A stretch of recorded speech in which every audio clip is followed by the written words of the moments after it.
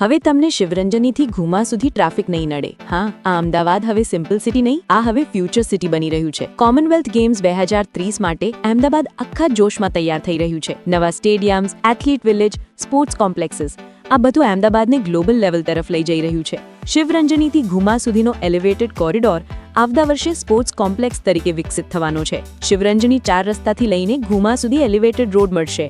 એટલું જ નહીં, સાબરમતી રિવરફ્રન્ટ પર તૈયાર થઈ રહ્યું છે એક વર્લ્ડ ક્લાસ કન્વેન્શન સેન્ટર, જ્યાં મોટા બિઝનેસ મીટ્સ, એક્ઝિબિશન્સ અને ગ્રાન્ડ ફંક્શન્સ યોજાશે.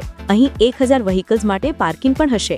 અમદાવાદ પાસે પહેલાથી 132 ફૂટ અને 200 મીટર પહોળા રિંગ રોડ્સ છે. હવે નવા રિંગ રોડ્સ કલોલ, સાણંદ અને બાવડા જોડે બનાવી રહ્યા છે. અને હા, પાલડીનું કમ્પ્લીટ રીડેવલપમેન્ટ થશે. અહીંનું કલ્ચરલ સેન્ટર અને કાઇટ મ્યુઝિયમ નવી રીતે તૈયાર થવાનું છે. શહેરને વધુ આકર્ષક, સ્માર્ટ અને મોડર્ન બનાવવા નવી ટેકનોલોજીઝ લાગુ પડશે. મેટ્રો ફેઝ 2 ગિફ્ટ સિટી સુધી જશે અને રિવરફ્રન્ટ ફેઝ 2 માં આવશે એક નવી રિક્રિએશન ઝોન.